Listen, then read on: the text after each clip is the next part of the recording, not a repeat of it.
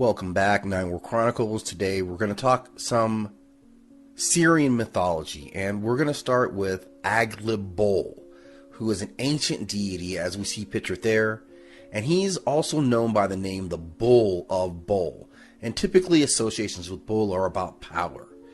He is classified as a true god, a true immortal, and this deity was also associated specifically with the moon, which was of great power during that period of time, second typically solar deities.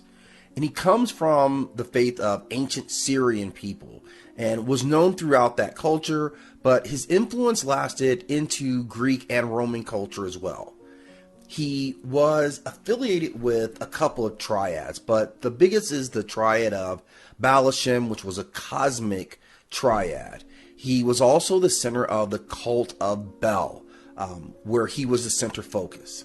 And through this cosmic triad with Bel, he was also linked with Malakbel, who himself was a solar deity.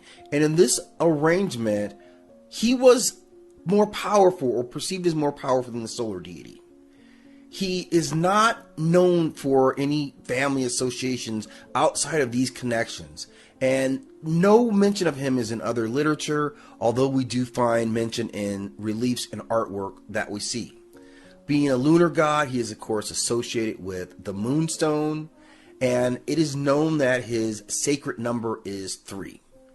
He was venerated at a sacred temple, which is known as the Sacred Wood.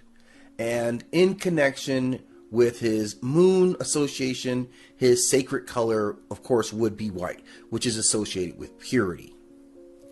His symbol is the bull, but as well the lunar halo, which we see in the image associated with him. And of course, as a celestial body, he is associated with the moon, being a lunar deity himself. His weapon of choice was a sickle.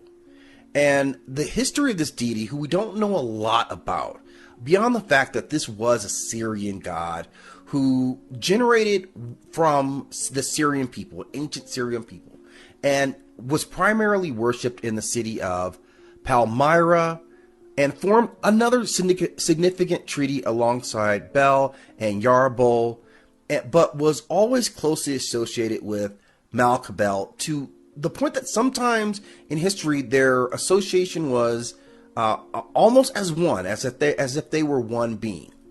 And there's all evidence of his worship is epigraphical, but the first mentions go all the way back to approximately 17 BCE, and there are inscriptions that attest to his veneration alongside Malakbel at the sanctuary that was sacred to them, the sacred garden. His association through the moon obviously opens up other connections to other deities, including Thoth of Kemetic beliefs, Artemis of Greek beliefs, and many other moon deities. And we'll investigate many of those associations as well. But thank you for stopping in at Nine War Chronicles. As always, please feel free to watch some of our other videos, but as always, we ask that you like and subscribe.